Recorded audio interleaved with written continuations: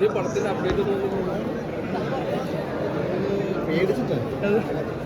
സിനിമയുടെ ബിസിനസ്സൊക്കെ ഭയങ്കര സ്റ്റക്കായിട്ട് നിൽക്കുമ്പോഴേ നമ്മളൊരു പടം ചെയ്യുമ്പോൾ വെറുതെ എനിക്ക് അശ്വന്ത് ഗോപിനും കുറച്ച് റിവ്യൂവേഴ്സിനും പൈസ ഉണ്ടാക്കി കൊടുക്കാൻ വേണ്ടി നമ്മൾ പടം ചെയ്തിട്ട് കാര്യമില്ലല്ലോ.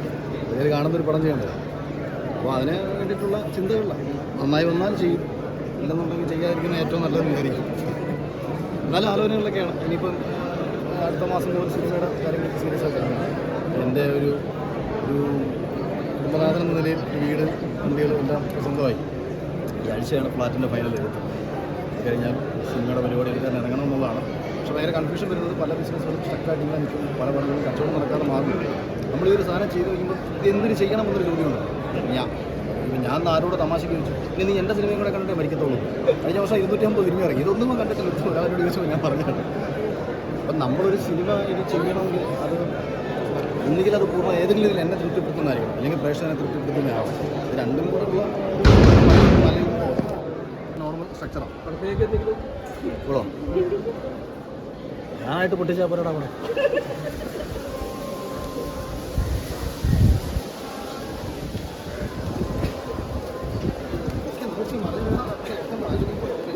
അല്ല, അമ്പലത്തിൻ്റെ ഫ്രണ്ട് വെച്ച് ഇതല്ലേ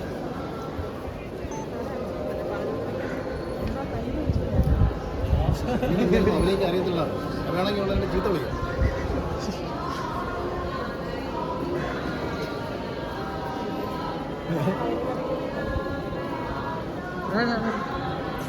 നോക്കി ആൾക്കാരെ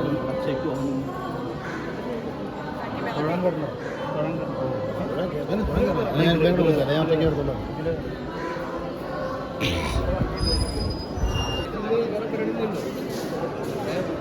പരിപാടികൾ വേറെ എന്തെങ്കിലും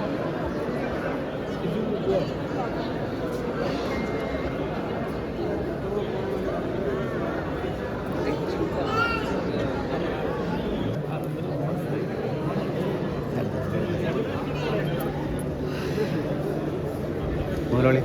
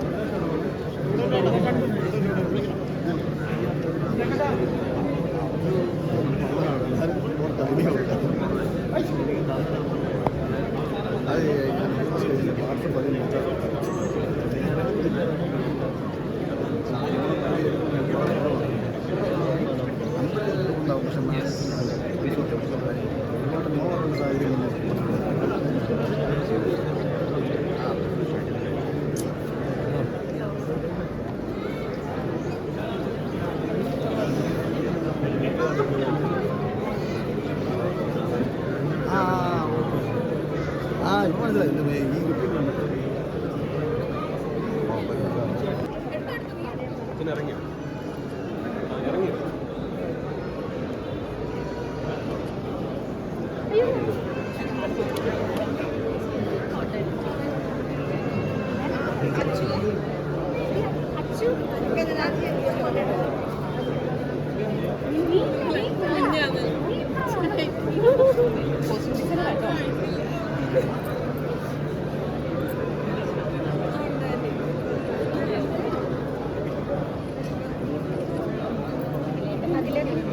അതിലെ പിന്നെ മൊബൈൽ